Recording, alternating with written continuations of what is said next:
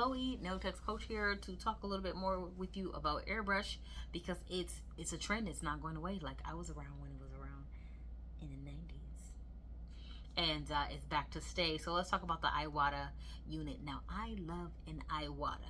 This is no way, form, or fashion sponsored by Iwata. If y'all want to sponsor me, hit me up because right. This is not sponsored by Iwata, but let me explain to you the precision on the Iwata handpiece. Chef's kiss. So I started off with the Iwata Neo, and let's explain the differences. There are tons of different airbrushes, whatever. Airbrush fittings are standard, so even if you get a cheap airbrush, the hoses and stuff typically fit everybody else. Same with the needles and everything else. The interworkings is where it gets a little specific because I feel like they're machined or constructed better based on how much you pay for it because they put more time and effort and energy into making it. Now, I love me an Iwata handpiece down. Like when I tell you I love it, I love it. I started off with the Neo, and that one was like $50. I think I got it from maybe Hobby Lobby or something back in the day. It was at a craft store. So I got that one first. Now, the Iwata Neo is designed for a wider spray because they do sell like airbrushes based on price point and precision. So the $50 unit can get it done. If you're like a girly that wants to do a lot of just ombres, some little auroras, nothing real serious, a few hearts, stars, simple shapes, whatever, cool. You're not trying to get down to the details, even though you can with the Neo if you control your trigger like really well, like how you spray.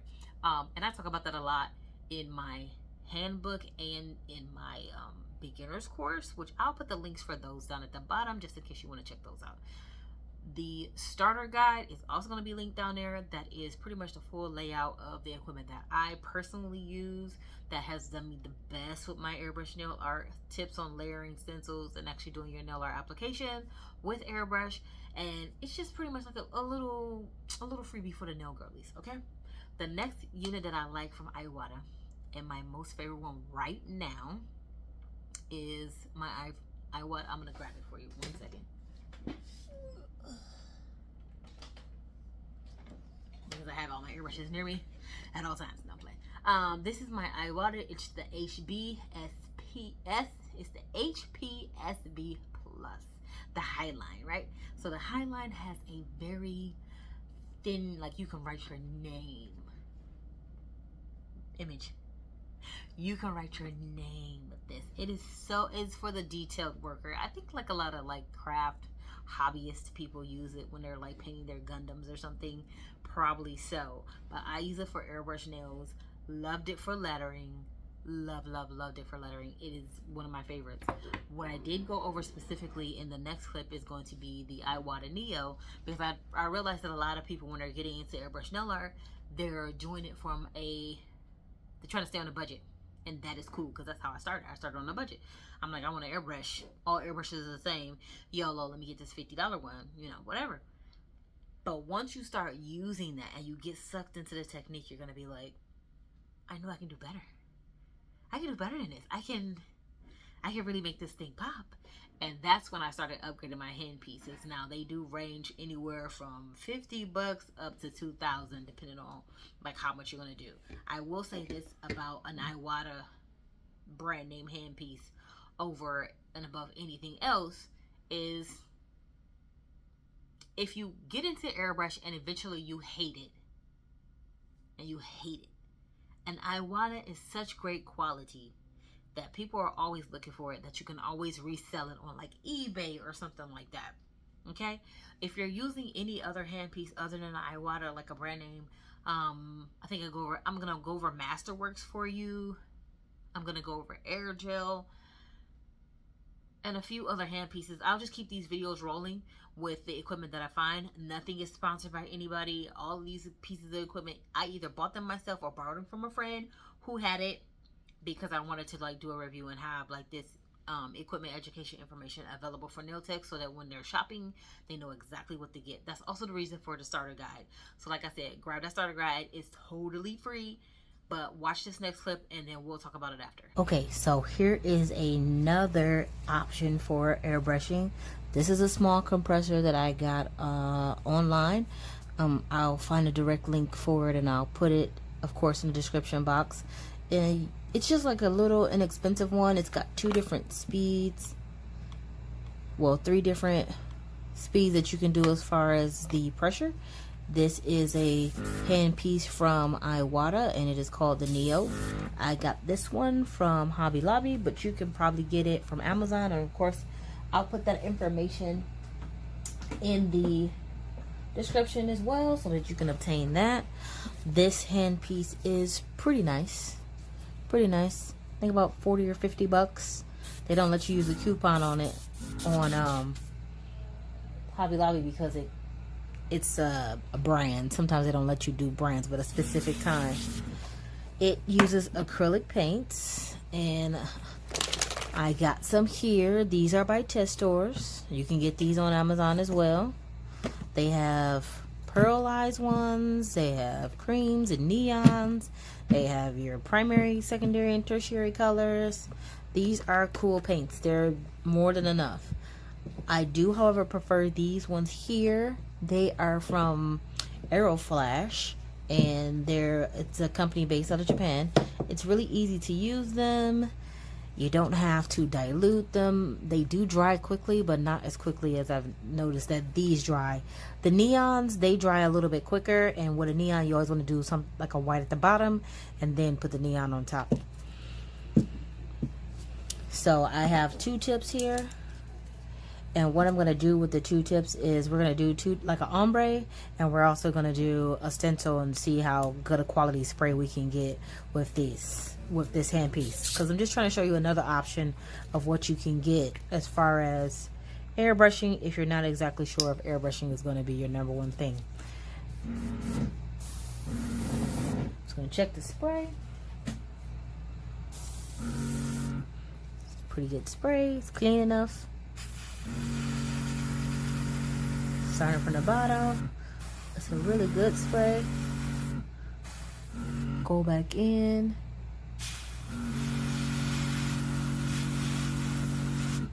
And hit the bottom really good. So yeah, that's a pretty good spray. And I'm using it at half the power because we don't need that much power for ombre. So if you're doing ombres, and I'm going to tighten up the camera just a smidge. If you're doing ombres, this is definitely a nice viable option. Like I said, I think that this hand piece was about 40 or 50 bucks maybe. The compressor, I think maybe it's like a little cheapy one, probably maybe 20 or 30 bucks. Not that much, but it's definitely a good option if you're not looking to invest a whole lot. Let's do the same practice that we did with the other one. Dries pretty quickly, you can see. And let's shoot through some lace and see how good we can get that.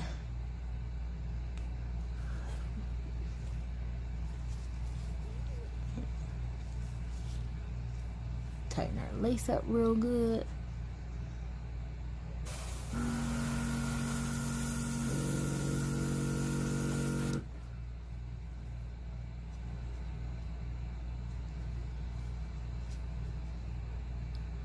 Not bad at all. So that's a really nice option. Inexpensive, so this whole thing, I don't know how much the other ones are, but this whole thing will run you probably about $80 or $90, maybe $100 even if you get a lot of paint. So let's try it with the pink, and I'm gonna add some black to it because I want to do a few lines. I do like the fact that it has this little basically cup at the top for the paint. I'm gonna mix my paint. So to mix, you just put your finger, get these bubbles, put your finger over it, blow the air back through, and it mixes your paint for you. So let's see how clean a line we can get.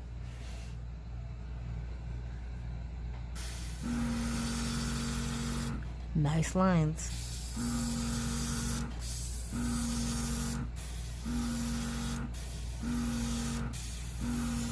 All the way back. all the way back, so you can get a pretty good spray. So we're gonna grab a stencil and see how tight we'll use a diamond, how tight a spray we can get using our stencil. So let's do our stencil here.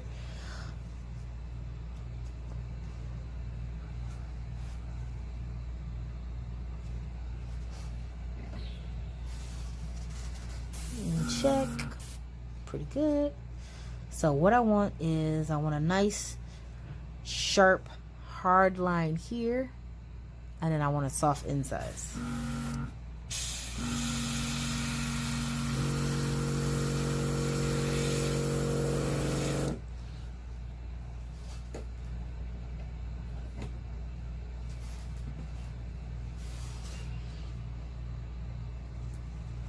Yeah, I like that a lot.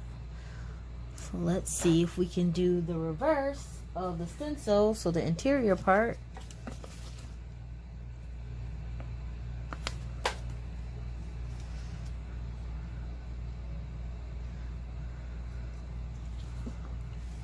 I'm gonna get that reverse together. I think the only thing I really don't like about this one is like all the noise it makes and like vibrates the table just a smidge. Like it just makes a lot of noise. Start in the center and work out.